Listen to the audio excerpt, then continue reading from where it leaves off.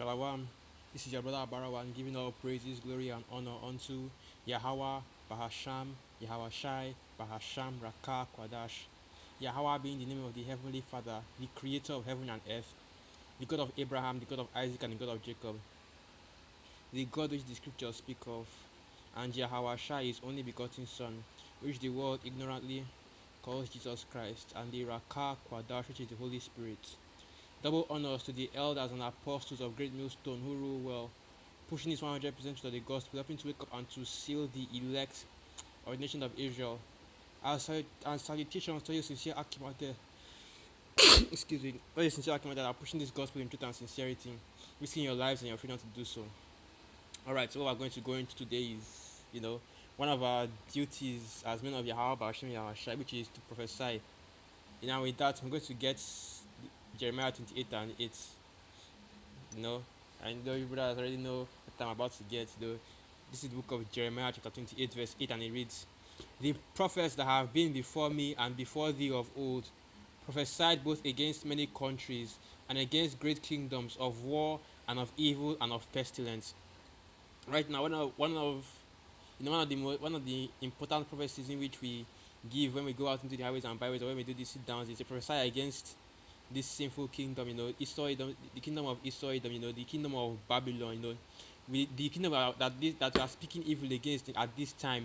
Because as usual, all prophets, whenever they come to the earth, it's to give warning to a kingdom, to that it's to give warning from the Al Bashim Yahushua to a kingdom that's about to be destroyed.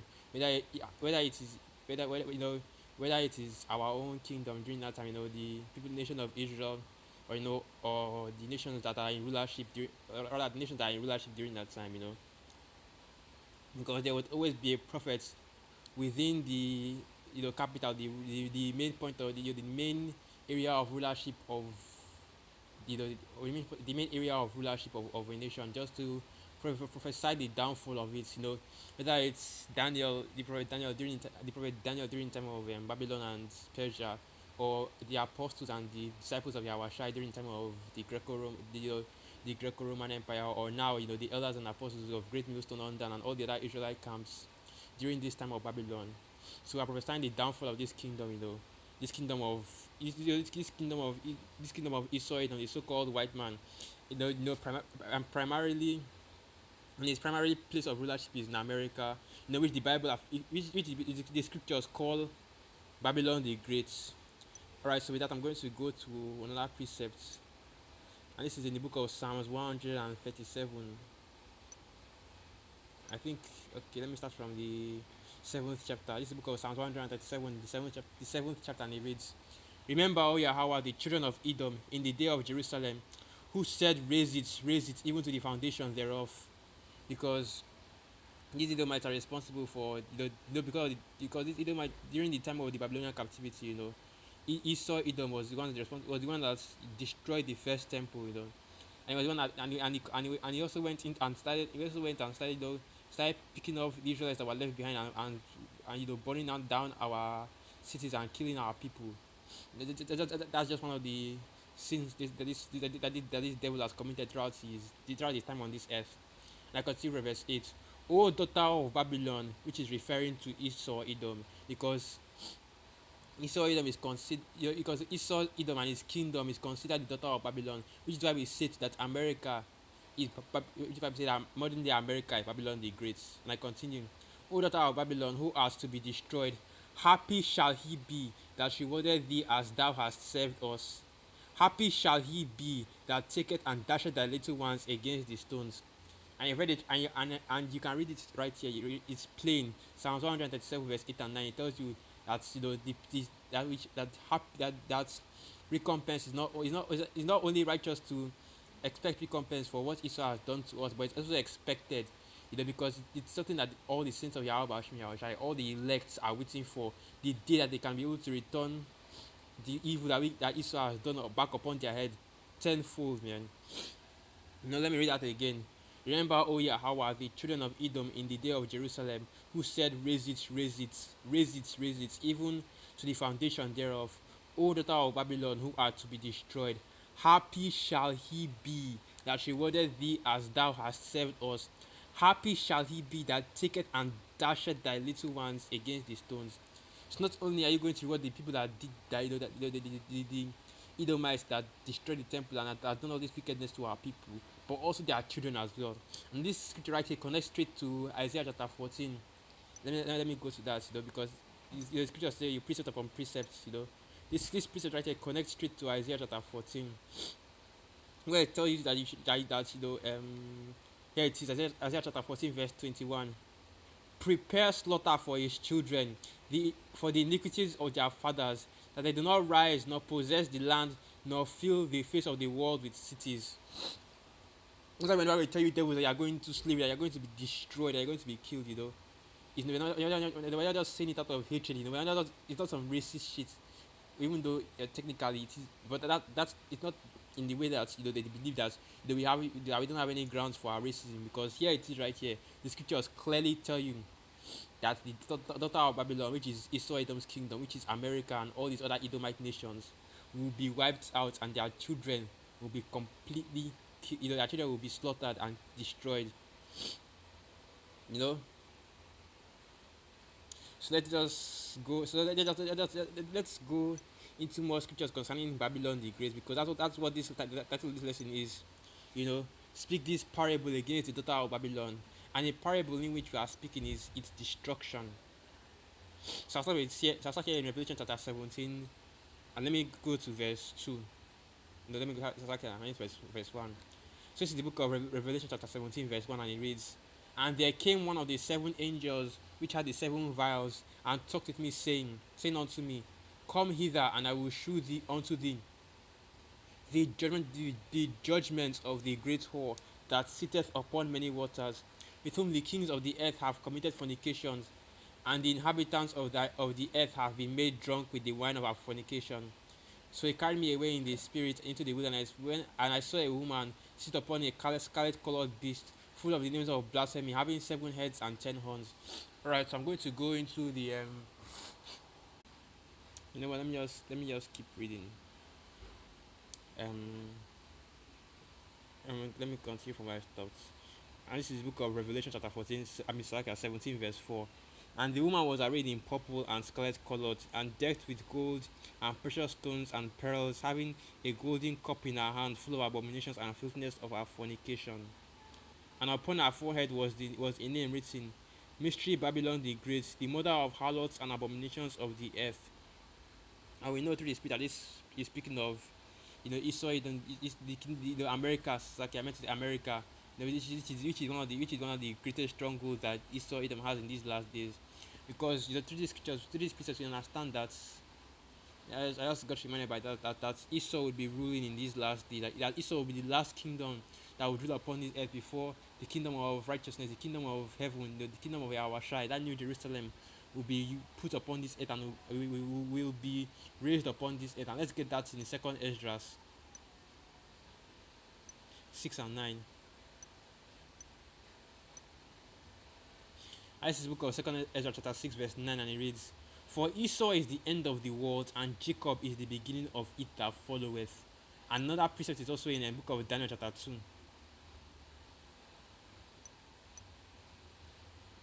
Can't remember the exact verse, but excuse me. This verse is speaking of the image that King Nebuchadnezzar saw in his dream. The head was gold. No, let me read it here instead of saying this. So this is the book of Daniel chapter 2 verse 31. "Thou, O king, sawest, and behold, a great image. This great image, whose brightness was excellent, stood before thee, and the form thereof was terrible. The image's head was of fine gold, his breast and his arms of silver, his belly and his thighs of brass, his legs of iron, his feet part of iron and part of clay. Thou sawest till that a stone was cut out without hands, which smote the image upon his feet that were of iron and clay, and brake them to pieces. Then was the iron, the clay, the brass, the silver, and the gold broken to pieces together, and become like the chaff of the summer threshing floors, and the wind carried them away, that no place was found for them. And the stone that smote the image became a great mountain and filled the whole earth. So he goes on to interpret the dreams. I'm just going to jump down to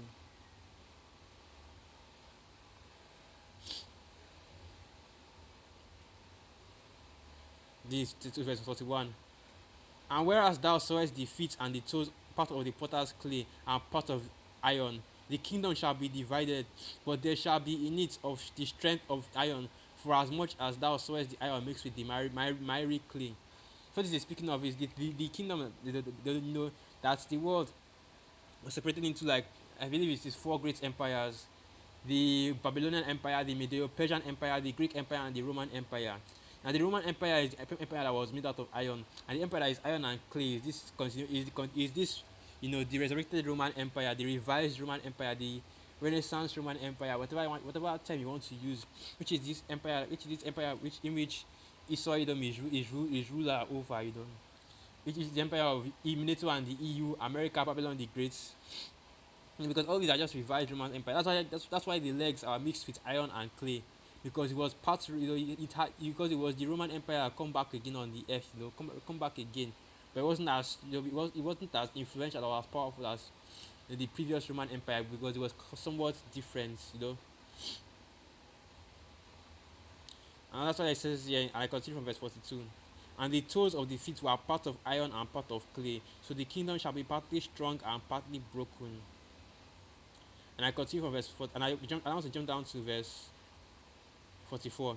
And in the days of these kings shall the God of heaven set up a kingdom which shall never be destroyed, and the kingdom shall not be left to other people, but it shall be break in pieces and consume all these kingdoms, and it shall stand forever.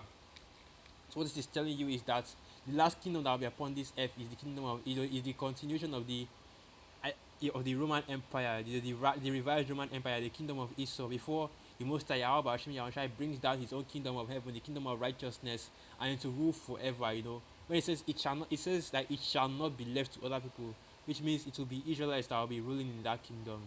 And that kingdom will be the last kingdom that will have rulership upon this earth, because it will be in rulership forever. And that's the kingdom that we're waiting for. And we know that this devil, you know, he has to go down. He has to go down before that kingdom can be raised up. I know that, um let me go to that. The other thing that I should have mentioned.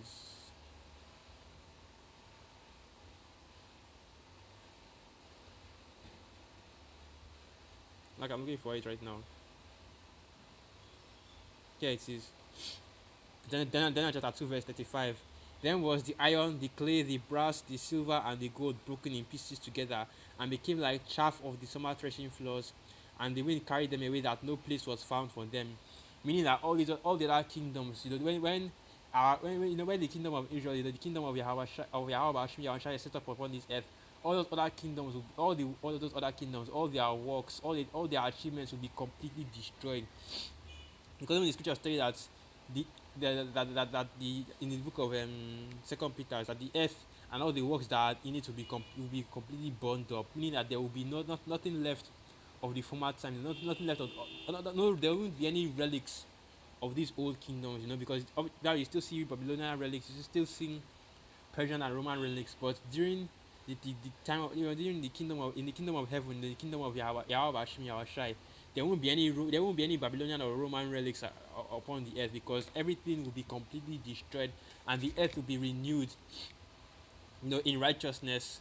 So we get a precept for that in Second Peter chapter 3. This is my favorite scripture to use to prove that. Here it is, Second Peter chapter 3 verse 10. But the day of the Lord will come as a thief in the night, in which the heavens shall pass away with a great noise, and the elements shall melt with fervent heat. The earth also and all the works that are therein shall be burned up. Meaning that everything that is upon this earth will be burned up. But we know through the Spirit that, you know, the earth cannot be destroyed. So the earth will not be destroyed, but rather all the things that are upon the earth, all the works that are, you know, everything that is on the earth will be destroyed, but the earth itself will not be destroyed, because the scriptures tell you that the earth abideth forever. That is in the book of Romans chapter 10. I don't really know where it is in that chapter, so I'm just going to type it in here.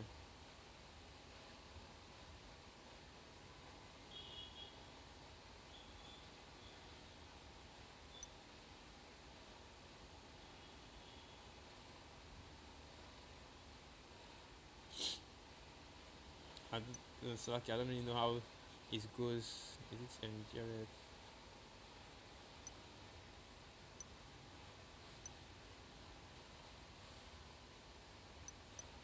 Let me just type in Earth.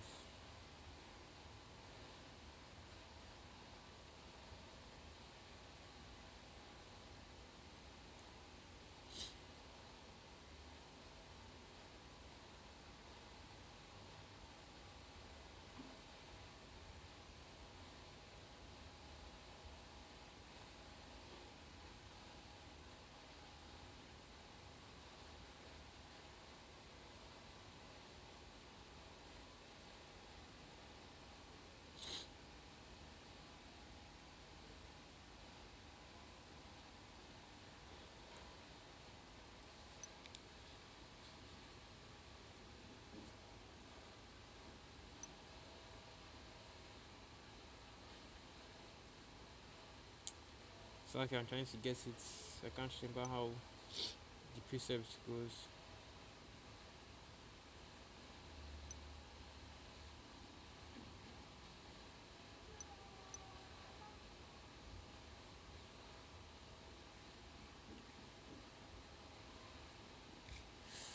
Yeah, I can't remember the precept. So okay, but no, it's just tell that the earth, endures forever. It cannot be meaning that the earth cannot be destroyed, because it tells you that until heaven and earth pass away, that's not the laws that are written in the scriptures will endure forever, because the earth cannot be destroyed. All right, so let's continue. Let's get some more precepts concerning Babylon the Great before we close out.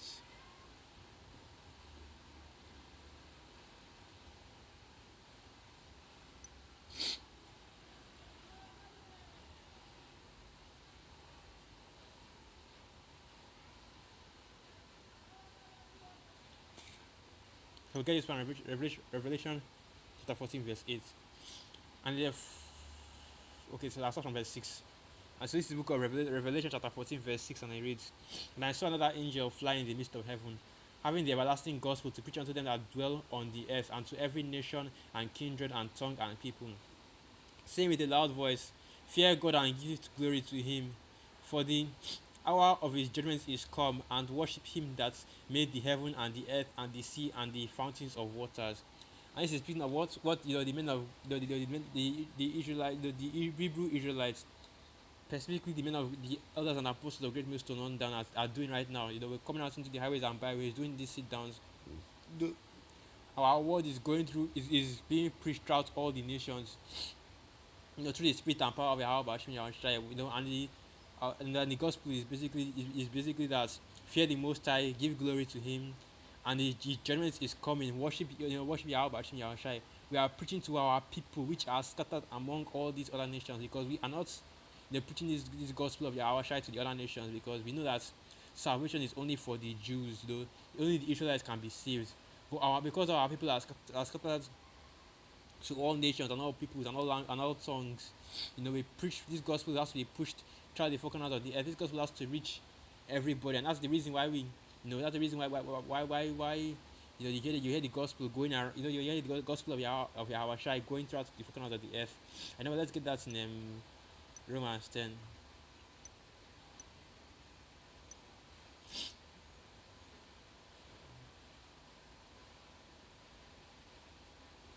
So this is the book of Romans chapter 10 verse 18, and it reads, "But I say, have they not heard? Yes, verily, their sound went into all the earth, and their words unto the ends of the world." And that is being done by the spirit and power of Yahweh Bashim and using YouTube, using YouTube to wake up our people that are scattered throughout the corners of the earth, because a lot of Israelites woke up during this YouTube era, including myself, So anyway, that's basically it. Through the spirit, our people were edified. All praises, glory, and honor unto Yahweh, Ba'ashem, Yahweh Shai, Ba'ashem, Rekah, Kodash. Shalom.